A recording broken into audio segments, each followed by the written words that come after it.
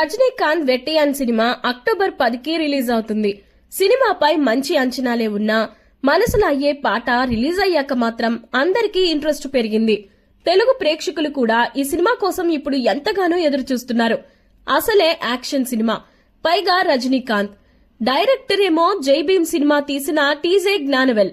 అందుకే సినిమాపై క్రేజ్ పెరిగింది. అయితే మనసులో అయ్యే పాట మాత్రం మంజు వారియర్ ను హైలైట్ చేసింది. అసలైతే మలయాళ భామ, పైగా 46 ఏళ్ల వయసున్న సీనియర్. కానీ ఎక్కడా మేడం కంటెంట్ లో గాని కటౌట్ లో గాని ఆ ఏజ్ కనపడదు. మలయాళం అంటే యాక్షన్ అద్దరగొట్టేస్తారు. మంజు వారియర్ కూడా అంతే. ఓటీటీలో లూసిఫర్ సినిమా చూసినోళ్లు మంజు వారియర్ ను మర్చిపోలేరు. మలయాళం ఇంకా అనేక హిట్ సినిమాల్లో చేసింది మంజు. గ్లామర్ కి గ్లామర్, యాక్షన్ కి యాక్షన్, పైగా ఎప్పటికీ యంగ్ గా కనపడే కటౌట్. అందుకే మంజు వారియర్ అంటే అందరికీ క్రేజ్. రజనీకాంత్ పక్కన సెలెక్ట్ చేసుకుని జ్ఞానవేల్ తెలివైన పనే చేశాడు. సౌత్ మొత్తం సినిమాకు దిగులే ఉండదు. కాస్త బాగున్నా సరే సినిమా తెగాడేస్తుంది, అందులో డౌటే లేదు.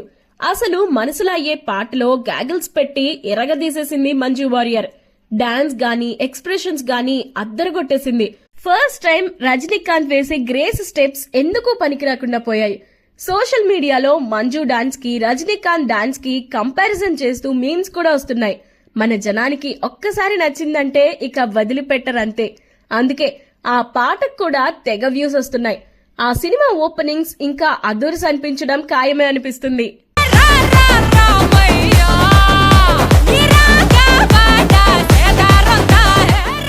ఈ వీడియో మీకు నచ్చినట్లయితే లైక్ చేయండి, షేర్ చేయండి, ఛానల్ ని సబ్స్క్రైబ్ చేసుకోండి.